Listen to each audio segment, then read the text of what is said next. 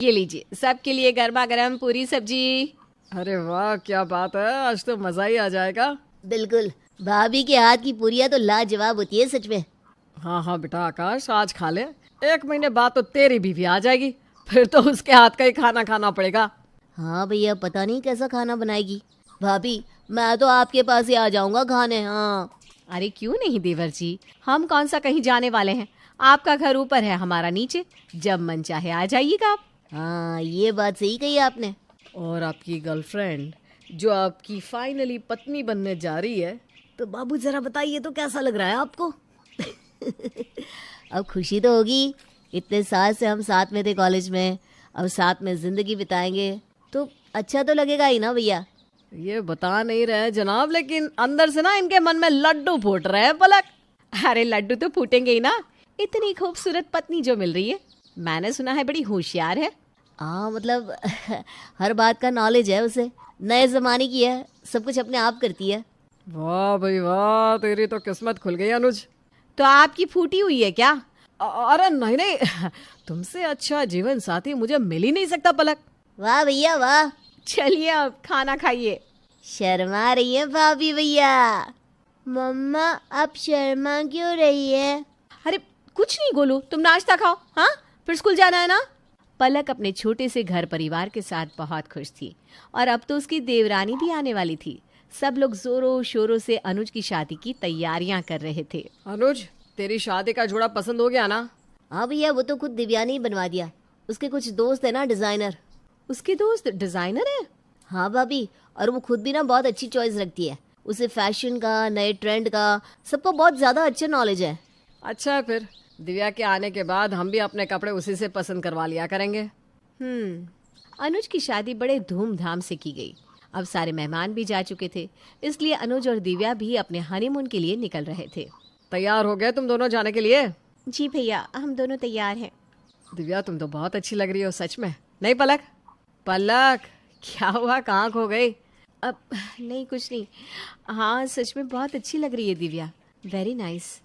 अच्छा भाभी, आपको कुछ चाहिए होगा शिमला से तो हमें फ़ोन करिएगा, हम आपके लिए लेकर आएंगे। गुल्लू, मैं तुम्हारे लिए ढेर सारे गिफ्ट्स लेकर आऊंगी। हाँ पक्का। यू आर द बेस्ट चाची। बाय। तुम्हें क्या हो गया, इतनी चुपचाप सी लग रही हो? कुछ हुआ है क्या? मैंने आपसे कहा क्या कि कुछ हुआ है? जब देखो सवाल पे सवाल। अरे इतना गुस्सा क्यों हो रही हो, वो भी अचानक से? कुछ नहीं, हटिए, जाने दीजिए मुझे। पलक का बर्ताव अचानक से कुछ अजीब सा हो गया था। उनके घर में किसी भी बात को लेकर कोई दिक्कत या झगड़ा कभी नहीं था, लेकिन इसके बावजूद भी आजकल पलक उखड़ी उखड़ी सी रहने लगी थी। पलक चलो ऊपर दिव्या और अनुज आए घूम के, तो उनसे मिलकर आते हैं। हाँ चलिए।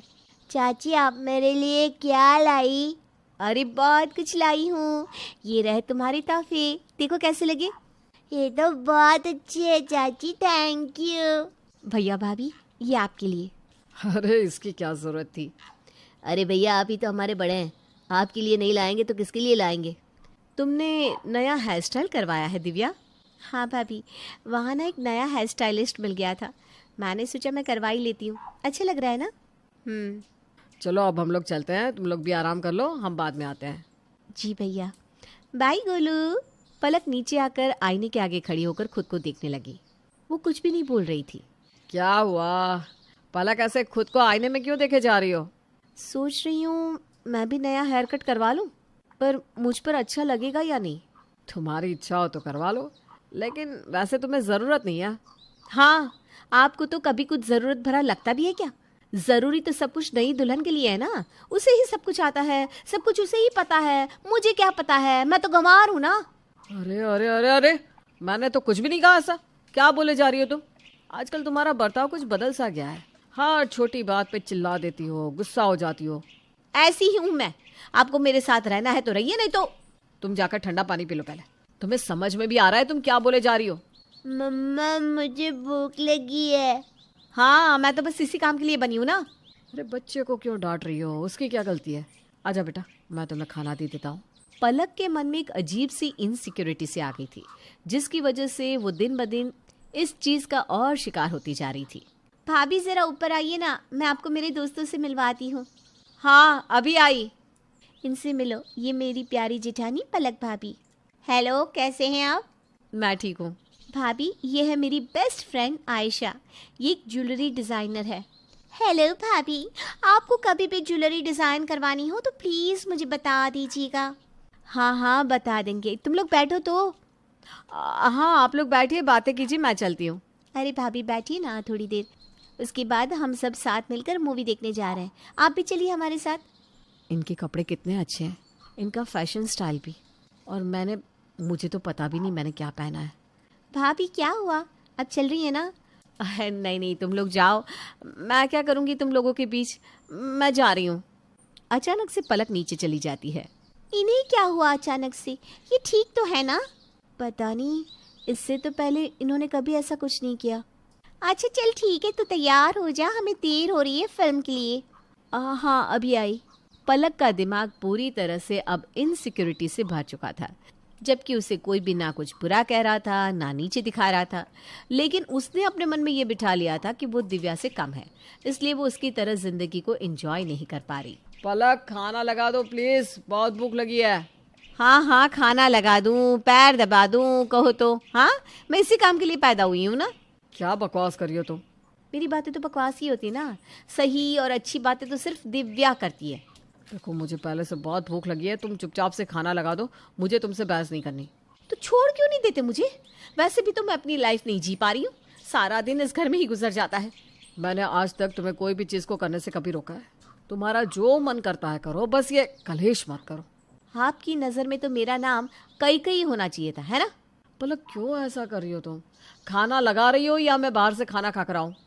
मैंने खाना नहीं बनाया, आपको जो करना है कर लीजिए। पापा, मुझे भी भूख लगी है। तुम्हारा दिमाग खराब हो गया है सच में। तुमने बच्चे को भी खाना नहीं दिया। सारा दिन मैं बस काम ही करती रहूं तो अपनी जिंदगी कब जीऊंगी? तो जियो अपनी जिंदगी। चल गोलू बेटा, मैं तुझे कुछ खिला कर लाता हूँ। पलक का ये पागलपन अब दिन ब दिन बढ़ता ही जा रहा था। उसे दिव्या को देखकर अब बेफिजुल खर्चे करना शुरू कर दिए थे, और तो और वो दिव्या से बात करना भी बंद कर देती है। भाभी, कोई बात हुई है क्या? दिव्या बता रही थी आप उससे बात भी नहीं करती। क्यों, कोई जोर जबरदस्ती है क्या? मुझे नहीं करनी बात, मैं नहीं कर रही। ये क्या तरीका है बात करने का पलक? मुझे इसी तरह बात करनी आती है, मेरी मर्जी, मैं चाहे जो करूं। दिव्या भी तो अपनी जिंदगी अपने हिसाब से जी रही है ना। तो तुम्हें किससे रोका है? इस घर में तुम्हें किसी ने कभी कुछ कहा है? ना कभी नीचे दिखाया है? ये तुम्हारे मन का वहम है जो तुम्हारे मन में बैठ गया है। हाँ भाभी, हम सब आपकी बहुत इज्जत करते हैं। ज्यादा मीठा बनने की ना जरूरत नहीं है, मुझे भी पता है तुम किसकी इज्जत करते हो अनुज। अब तो तुम्हारी मॉडर्न वाइफ आ गई है ना, अब तुम्हें मेरी क्या जरूरत। पापा, मुझे चाची के पास जाना है, मम्मी मुझ पर पूरा दिन गुस्सा करती है। तुझे कहा था ना कमरे के बाहर बताना। बस बस, इतने दिनों से मैं तुम्हें कुछ नहीं कह रहा। तुम्हें जीनी है ना जिंदगी, जियो। अब हम जा रहे हैं। तुमने अपने हाथों से अपना संसार उजाड़ा है पलक। तुम्हारी ये इनसिक्योरिटी तुम्हारे रिश्तों पर हावी चढ़ गई। इस घर की मुस्कुराहट, सुकून, सब कुछ तुमने अपने हाथों से बर्बाद कर दिया। तुमने सामने वाले के महल को देखकर अपनी रोशनी से भरी झोपड़ी को उजाड़ दिया, सच में। चलो गोलू बेटा, चलो अनुज।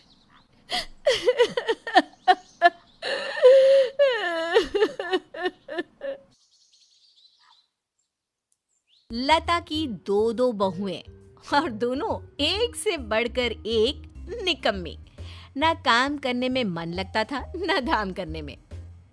सासू माँ, जरा वो पानी की बोतल दे दीजिए ना, और खाना ना कुछ सादा ही बनाना आज। अरे शर्म कर लो, दो बहुएं हो लेकिन सास पर ही कहर ढाई हो। हम क्यों समझे? अरे है ही क्या आपके पास, सारा घर तो हम लोगों के पापा ने भरा है। अरे तू तो बाद में आई है, मैंने तो इस घर को घर बनाया है, वरना ये छतें ऐसे गिरा करती थी जैसे घास का ढेर। तुमने तो सिर्फ छत ठीक की है, पूरे घर को अंदर से तो मेरे पापा ने भरा है। क्यों, क्या था? टीवी कैसे ऑन होती है ये भी ना पता था। हाँ, मेरे लड़के अभी अभी कमाने लायक बने हैं। घर पर पैसा लगा देती तो लड़कों को पढ़ाती कैसे?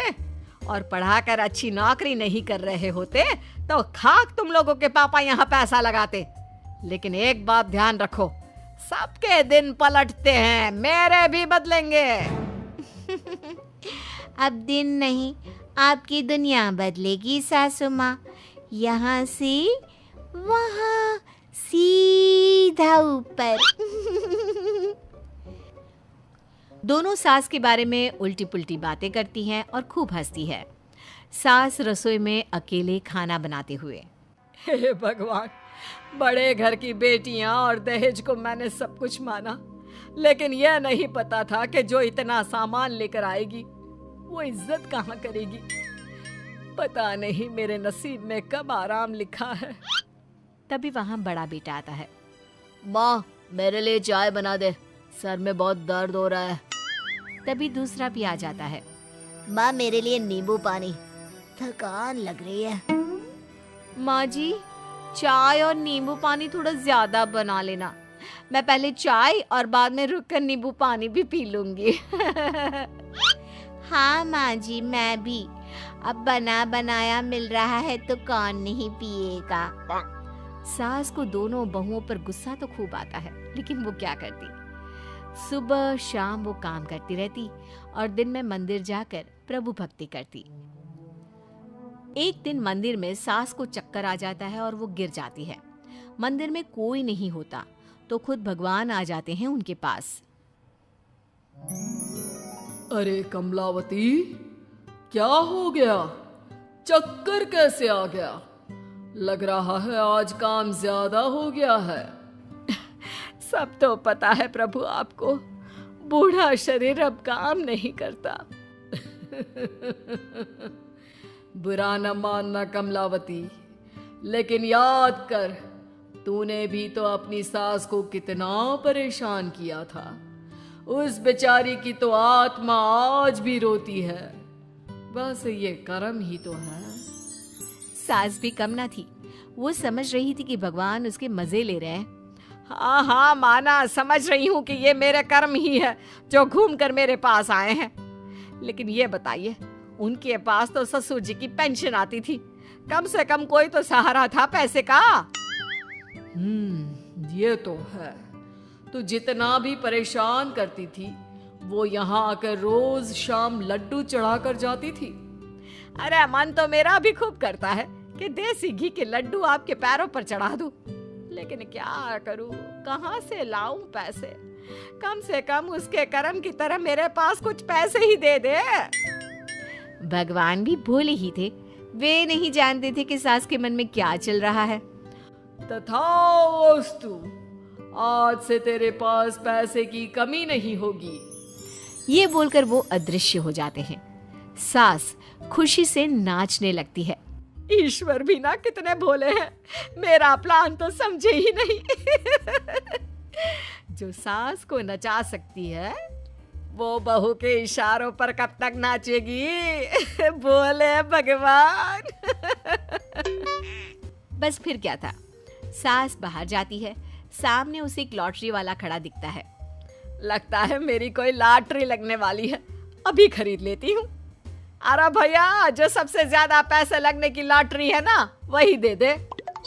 ये लो, 20 करोड़ की है, इससे ज्यादा सरकार नहीं देती। सास फटाफट लॉटरी लेकर वहां से चली जाती है। और अगले दिन, बहू जरा पेपर लाना। क्यों, आज क्या आपकी कोई खबर छपी है जो मैं खुद अपने हाथ से आपको पेपर ला कर दूं?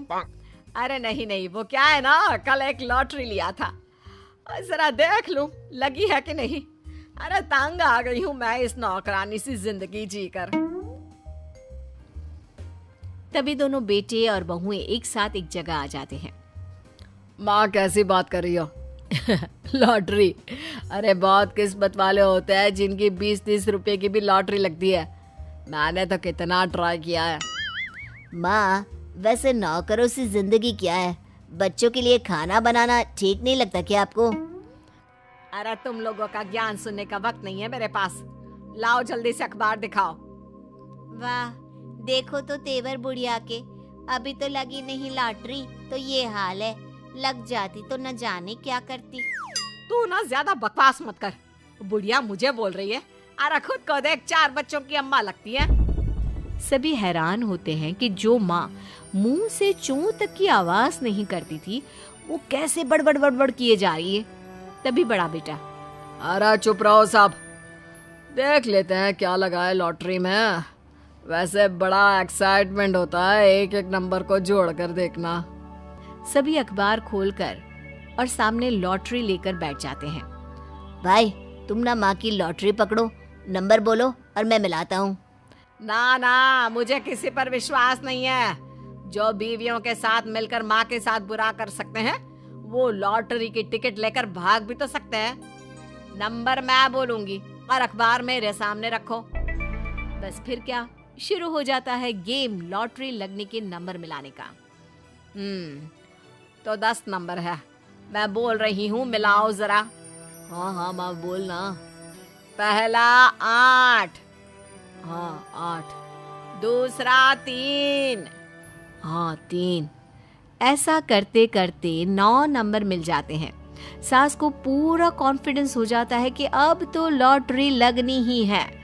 सास आखिरी नंबर बोलती है और लॉटरी लग जाती है। मैं जानती थी मैं 20 करोड़ की मालकिन बनूंगी। मैं तो चली गोवा, आगे की जिंदगी मौज मस्ती से आराम से सी साइड में बिताऊंगी। माँ 20 करोड़ में से कुछ तो देकर जा। हाँ हाँ क्यों नहीं। अरे तुम लोगों की वजह से ही तो मैं अपने ही घर में नौकरानी बनकर बैठी रहती थी। नहीं बिल्कुल भी नहीं।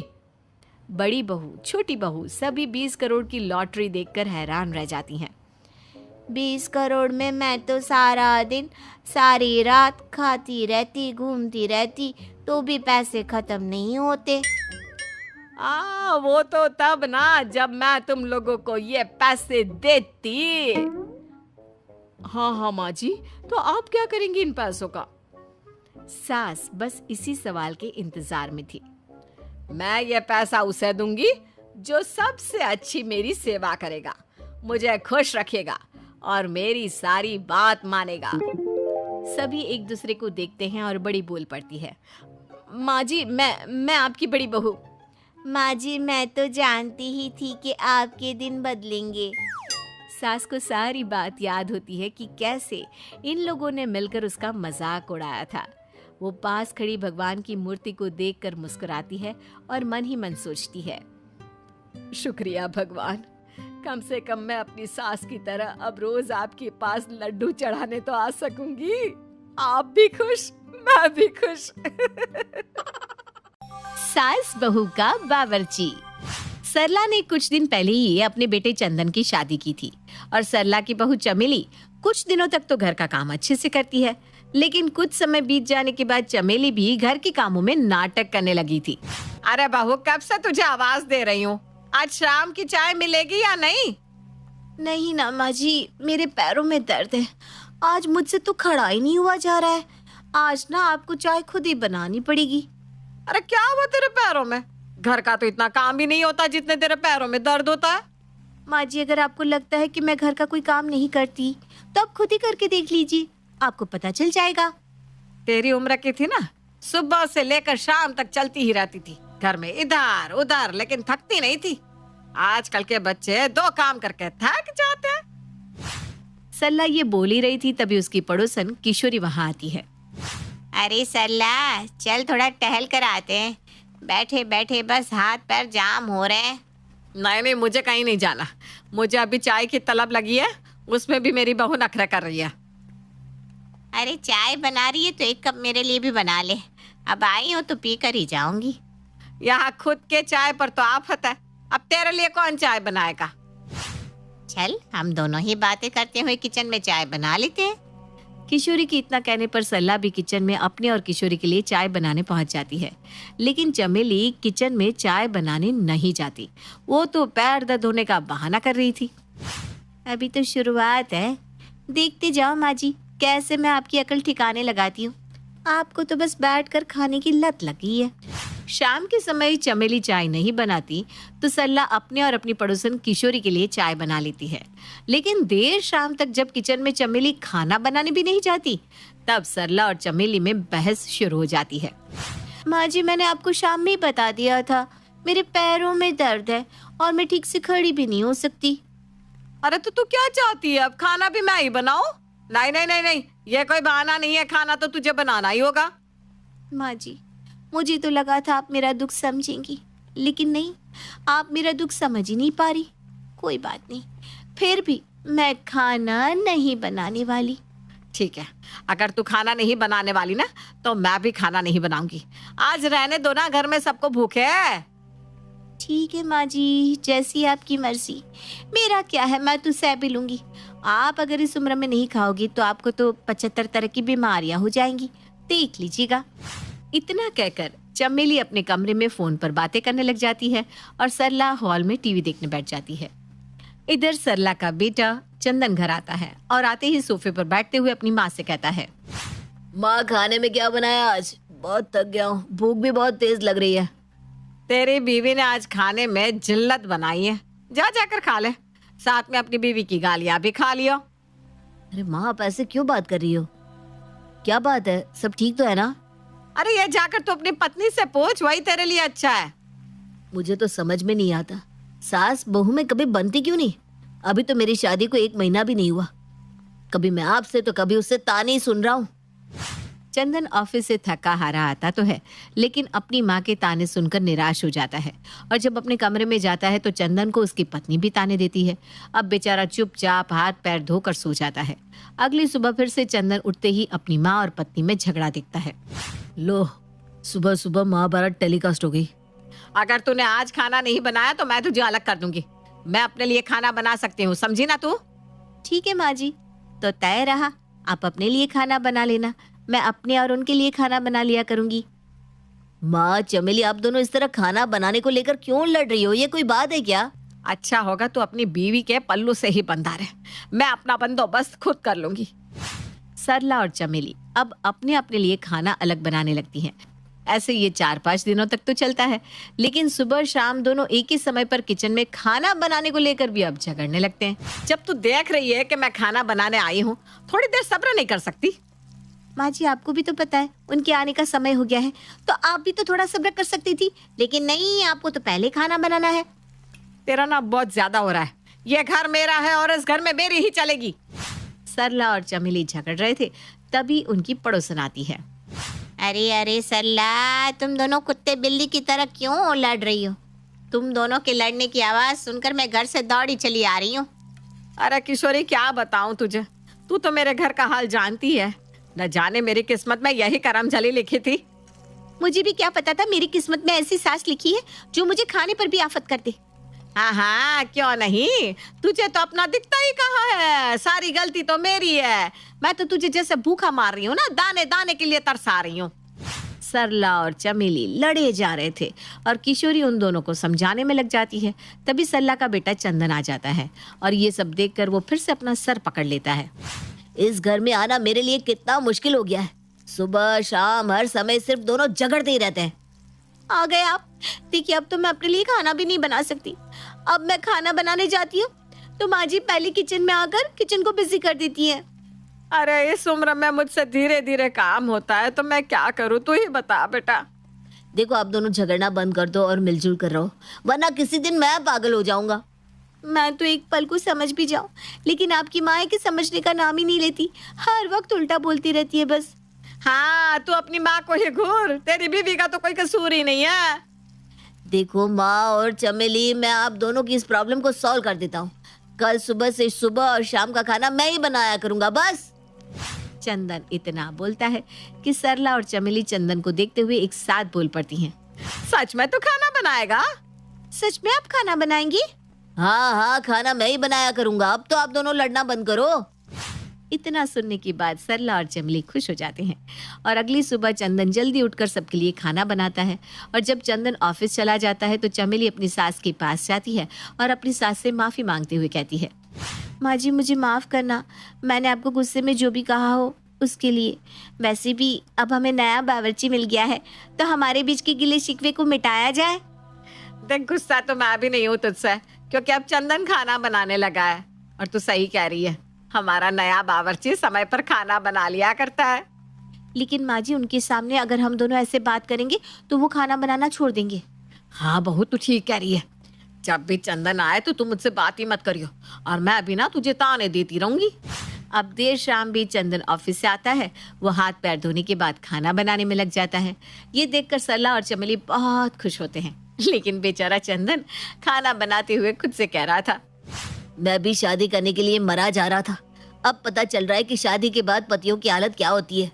वहीं दूसरी तरफ चंदन के हाथों का खाना खाने की बात सरला और चमेली चंदन के खाने की तारीफ करते हैं। अरे वाह वाह वाह बेटा, क्या खाना बनाया है तूने। आज से पहले तो कभी तूने अपनी माँ के लिए खाना नहीं बनाया। चल ठीक ही है, देर आए दुरुस्त आए। हाँ माँ जी, आप सही कह रही हैं। खाना तो आप वाकई अच्छा बना लेते हैं। वैसे ये ड्यूटी अब परमानेंट आपकी ही रहेगी। क्यों माँ जी, सही कहा ना मैंने?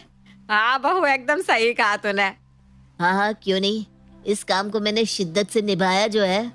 सरला और चमेली की लड़ाई में फंसता बेचारा चंदन है, जो ऑफिस से आने के बाद भी खाना बनाता था और ऑफिस जाने से पहले भी खाना बनाकर जाया करता। और सास बहू मजे से चंदन का बनाया हुआ खाना खाकर खुश थे।